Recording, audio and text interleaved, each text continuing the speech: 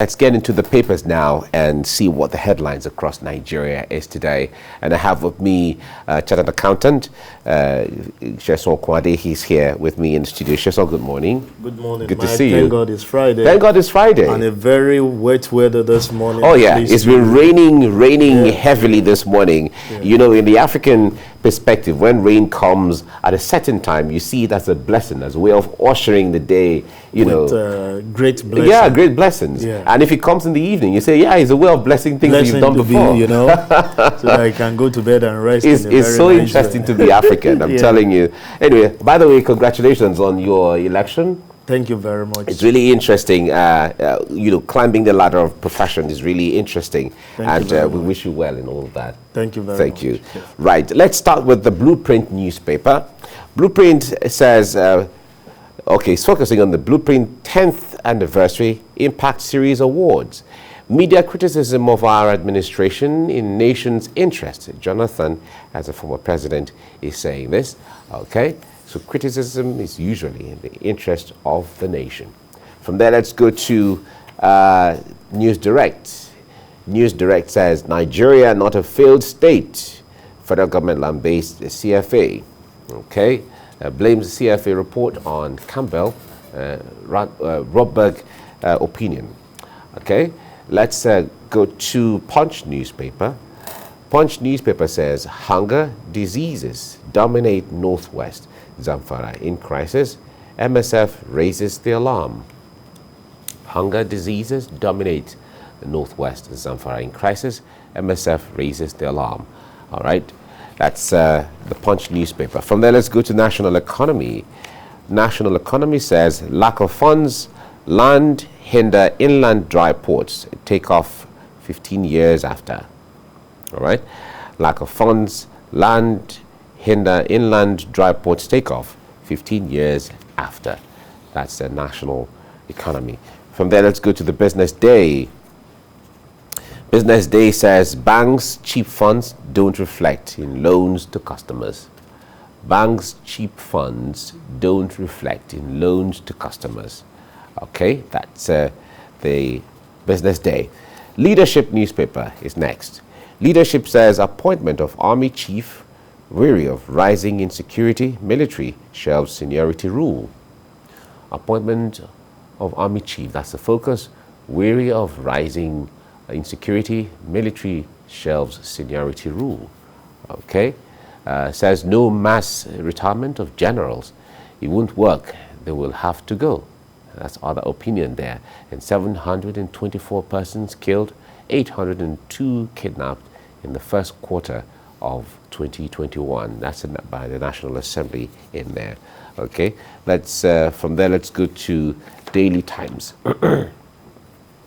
Daily Times newspaper says mass retirement of senior officers over now. Army Chief Yahya not underway. Mass retirement of senior officers over new Army Chief not underway. Okay, there were concerns that there will be mass retirement, seeing that the new Chief of Army Staff is coming on board, but when it comes to seniority, the regimented seniority, there are so many other people who are his senior, and him being the Commander-in-Chief could or would lead to the retirement of every other person so that he becomes the most senior man standing. But this is assuring that that may not happen at this time. All right, that's Daily Times. First News is next. Bandits hiding in Kano forests, planning attacks. Ganduje cries out to army. Meets the Chief of Army Staff, Yahya, at Defense Headquarters. All right. Bandits hiding in Kano forests, planning attacks. Ganduje cries out to the army. We'll be talking about this as we open discussion shortly. From there, let's go to the Nation newspaper. The Nation says, why insecurity is rising, by Lawan Ayade Ganduje. Lawan is the Senate President, Ayade the Governor of Cross River State, and Ganduje Governor of Kano State. All right, all of them, talking about analyzing things from various perspectives there. That's the Nation. Daily Trust is the last one we're looking at now. Residents relocate as bandits terrorize Abuja suburbs. Over 80 kidnapped in 5 months. And I was abducted twice. My brother once near Abuja. Now, property developers have vacated. An agent is revealing that. And Veritas University in FCT suspends resumption indefinitely. All right, these are all issues from the Federal Capital Territory, sorry. Okay, let me start. Let's start with this story, this Daily Trust story. Now, Sheson, I wonder what you make of this. Abuja is said to be one of the most secure places in the country, being that that is where the president is. That's where all the government leaders, the national leaders are. If people in Abuja have started feeling a sense of insecurity and feeling this way, and they're talking about people relocating from certain places because of insecurity, what do you make of this? Thank you very much, Mike. We've said this times with that number, that the failure of an administration at a particular time to address things definitely will compound the problem in the future. And this we're getting. Remember a few months back, the Niger State governor brought the attention of the presidency, like we always address, because we are yet to distinguish between president and presidency, but drew the attention to the fact that Boko Haram already hosted their flag in Niger, and that's like few hours, just less than 2 hours distance from Abuja, and that people should just take it. And we had series of kidnapping that happened, at the suburb areas of Abuja. We have said it, that where there is insecurity, we cannot move forward. And the level at which people are even going down economically, aside the banditry and some other things, because of the failure of government in providing security, is worrisome. It has gone out of scope that anybody can manage. If you look at some of the sub-heads in this header, telling us that properties, if you go to Abuja, to get accommodation in the central business, it's quite expensive. An average person that works in Abuja stays in the suburb, because that's where most people can afford, the accommodation. Now you have killed the business of, developers, people who have strived one way or the other to even get property to develop themselves, had to go back to possibly maybe borrowing and rent an apartment for safety, because what we are after now, it's not what do I have, it's about life, it's about safety, it's about staying alive. And that's why we have said government should do something. We heard a few days ago about government issuing threats and asking that they are going to, do several things to the bandit. We have had enough of this. As far as I'm concerned, despite people have asked the president to talk to us, I don't want the president to talk to us. I want him to act. I want to hear of action. Okay, we have brought down 50 Boko Haram. We have handled about 100 bandits.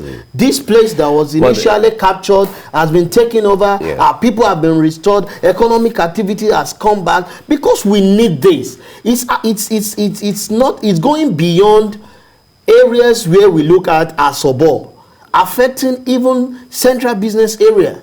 Because you see, business is interrelated, and whether you are the urban area or you are the suburb, there is this interchange between us. There's a connect. So look at farming. You can't do farming in an urban area. Most of these things are carried out in the rural area, and if there are no things there, that's why we are having food insecurity. Look at the level at which price of things has gone up. If you are the type that you have to give money for them to do something, it has like triple the effect. But do you know that people that are collecting salary, they've reduced their salary because of the pandemic? Economic viability for company is not there. So we have appealed to government, because the essence why they are there is not because of anything, just two key things: provide security. And if you have failed in that perspective, there is no reason for why they should still be there. If there is security, you can be guaranteed of good welfareism. Because I know Nigerians, we are very creative. We don't wait for government to do so many of those things. But where there is no security, how can you move around to do the businesses? All right.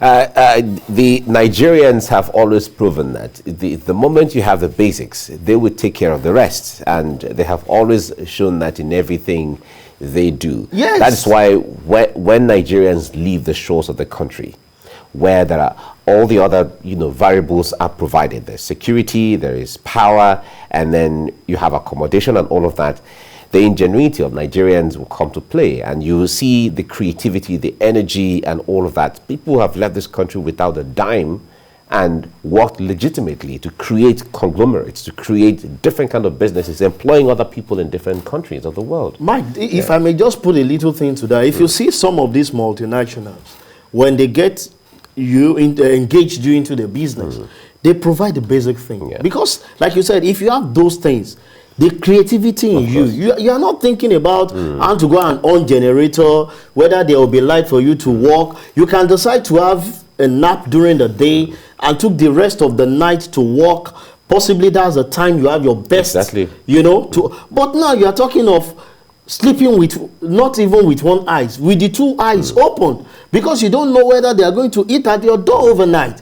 We are not talking, even armed robbery has risen. You can't move on the road safely without some people eating at your window. People are breaking glasses. People are damaging vehicles on the road just because they feel possibly you are carrying a flashy car, not even knowing whether you have anything with you or not. So the insecurity is at different level. Not only banditry, armed robbery has gone haywire. People are attacking, going to people's house, telling you, I am hungry. If you don't, we feel that you have more than enough. And if you don't do anything, we'll injure you and you use that money to go and take care of yourself. So how do you want people to now move? We are now moving with all carefulness. People will tell you, if you are going out, watch your back, look left, look right, when I'm not crossing. In fact, people are disguising now where the kind of life they would have lived because of the wherewithal or what, wealth or whatever they have, they decide now to just live like a common person. You just go and buy one small ticket to exactly. Let them help you to push just to push it ahead. So when they see you, they like, this one doesn't have it. But that's not the life expected of us. Of course not. Just be yourself. That's what it's originally supposed to be. Let's get to this story on the first news. It says, bandits hiding in Kano forest, planning attacks. Ganduje cries out to army. Now, the governor of Kano State, Abdullahi Ganduje, has been doing a lot to ensure that people in his state are safe. And he has spoken at different times as regarding how the approach should be made. Now, when he came up with this, a lot of people said, well, we were thinking Kano was safer. But when the governor is raising alarm, how disturbing is this at this time? Firstly, is the CSO of that state. And we want to understand what effort is not only meeting with the chief of army staff there are some itinerary we expect him to put together at the CSO of that state on how to do. The Hisba, which is the Hisba there, and we hear it's very because very as we speak, because of the failure at the federal level, we have overstretched the army. The army are meant to come out in times of war. When I travel, it's pretty. You can't see an army or a military person on the road. Anytime you sight even 2, 3, you'll be on alert. Something must have happened. But now we don't even have the police on guard. So, and people will tell you that we are not at war, when we know practically the only time you can see army on the road is when there is war. So that invariably tells us that as we speak, Nigeria is at war. So if Ganduje has noticed this, one, what we always request for is intelligent gathering. He has gathered the intelligence that people are around in his area crying for help. But one funny thing about our government is we are always reactive to issues, not proactive. You will discover that we may not have a swift response to this alarm that he is raising. We might start politicizing it to say, no, this should be. Remember what the minister said, that the problem that we are facing in some of these states is the responsibility of the governor, that they need to do something, that minimal things is expected of them at the federal level. So if this is a call that they are put on their toes, then they have security votes that they get from the government, from the central every month. What are we using some of these votes for? Enough of we running all the time at any little thing to the central. That's why we are saying devolve this power, so that we can go ahead and hold every governor accountable, responsible for all these problems, so that it will not be all the time when we need funds to do anything, to develop infrastructure, anything, we run to the federal government. We need security, we run to the federal government. So you want to answer Kano, Kaduna, Lagos, it will be too enormous for you. Devolve the power, so that whatever we have, let every state possibly control their resources, and they will be held accountable by their people. Like he is coming to Krana, running to the chief of army staff, who will tell you, you have your ISBA that you have empowered, that you have funded to defend the people of Kano State. What are they doing as we speak? Because ISBA too is empowered to carry gun, ammunition. All right, now talking about the issue of devolution of power, recall we know the constitutional review has been going around the country to listen to Nigerians at public hearings. This issue of devolution of powers, this is not the first or second or third or fourth time it's coming up, but do you think the federal government is not comfortable with a lot of things when it comes to devolution of power, especially when people are saying that is where the crux really is? They are not comfortable, by my view. What do you think they're scared of? The issue is there is so much thing to enjoy at the federal level. Oh. And you know, when the enjoyment is there, nobody wants to leave it. Look at the argument that is happening from what Akire Dolu raised of having a unicameral legislature, divulging the Senate and asking that. And you know, it is the same National Assembly that is going to approve this. And when you look at the emolument, it's on record that our House of Assembly are one of the highest paid, legislature, in the world. So you can't be earning that fat, and you want to tell them to decentralize and give the power to the state. You want to come from the federal and start begging at the state, because we assume that at that level you have passed some certain stage at the state level. And you see, because we have made politics to be too juicy, you see, it's not a profession, as some people will say.